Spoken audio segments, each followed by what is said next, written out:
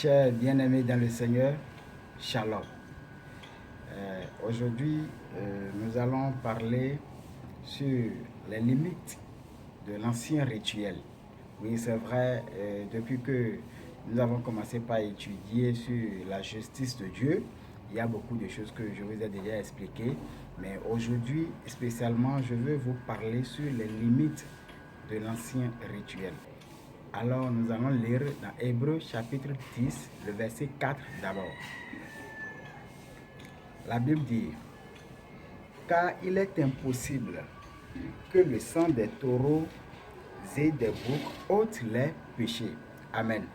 La Bible a dit qu'il est impossible pour que le sang des taureaux et des boucs ôte les péchés. Ça veut dire qu'il y a d'impossibilité pour le sang des animaux pour ôter les péchés. Amen. Donc oui, c'est vrai que dans l'Ancien Testament, ils avaient utilisé le sang des animaux. Mais en réalité, ce n'est pas que c'est ce sacrifice qui les a justifiés. Mais eux, ils avaient cru en leur futur. Ils avaient cru qu'un jour Jésus-Christ viendra. Et la manière dont ils sont en train de faire le sacrifice dans le tabernacle terrestre, c'est de cette même manière que Jésus-Christ va faire le sacrifice dans le tabernacle céleste pour le pardon éternel de leurs péchés. Donc en croyant le futur, c'est-à-dire en croyant l'arrivée de Jésus-Christ, eux, ils sont devenus justes.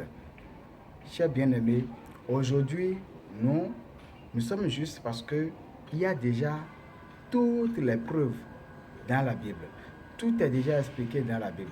Donc si nous nous laissons diriger par la parole de Dieu, nous pouvons comprendre beaucoup de choses. Nous allons lire encore le verset 1er. Il dit, en effet, la loi qui possède une ombre des biens à venir et non l'exacte représentation des choses ne peut jamais, par les mêmes sacrifices qu'on offre perpétuellement chaque année, amener les assistants à la perfection. Amen. Ça veut dire que ce sacrifice qu'il faisait dans le tabernacle terrestre, c'est une ombre de ce que Jésus-Christ viendra faire dans le tabernacle céleste. Vous voyez un peu? Donc depuis que Jésus-Christ, lui, il est venu et il a commencé son ministère, tous les sacrifices qu'il faisait dans l'Ancien Testament, c'est-à-dire dans le tabernacle terrestre, ont pris fin en même temps.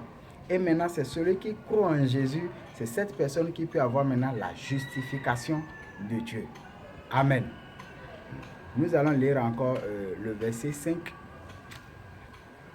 Il dit, c'est pourquoi Christ, entrant dans le monde, dit, tu n'as voulu ni sacrifice ni offrande, mais tu m'as formé un corps.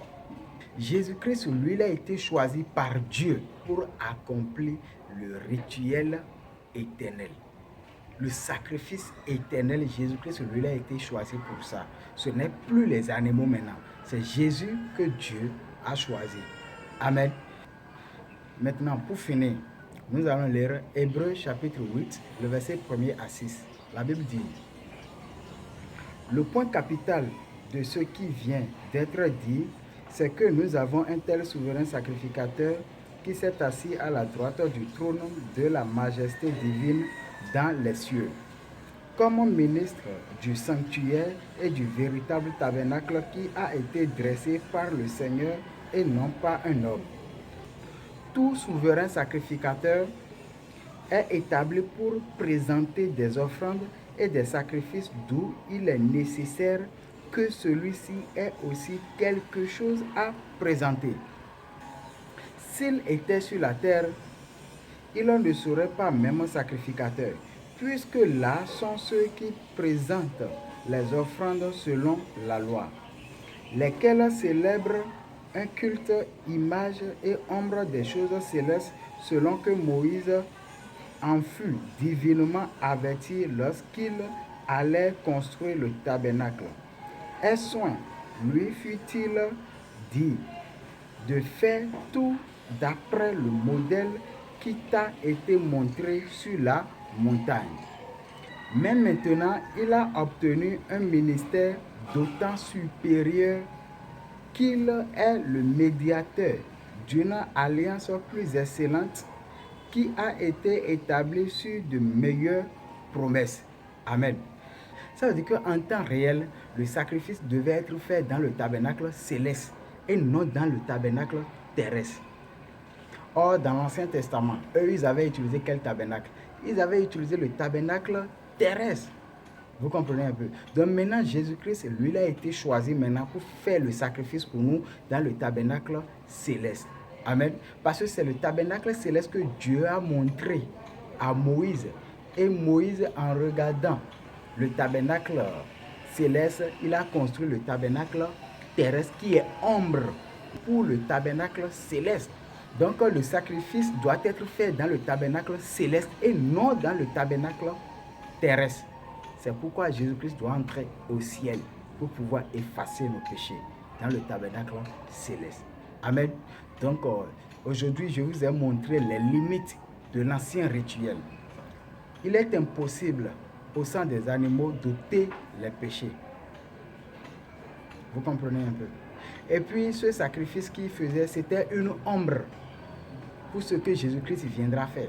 C'est-à-dire le sacrifice journalier ou annuel, c'était une ombre pour ce que Jésus-Christ va faire pour nous dans le tabernacle céleste.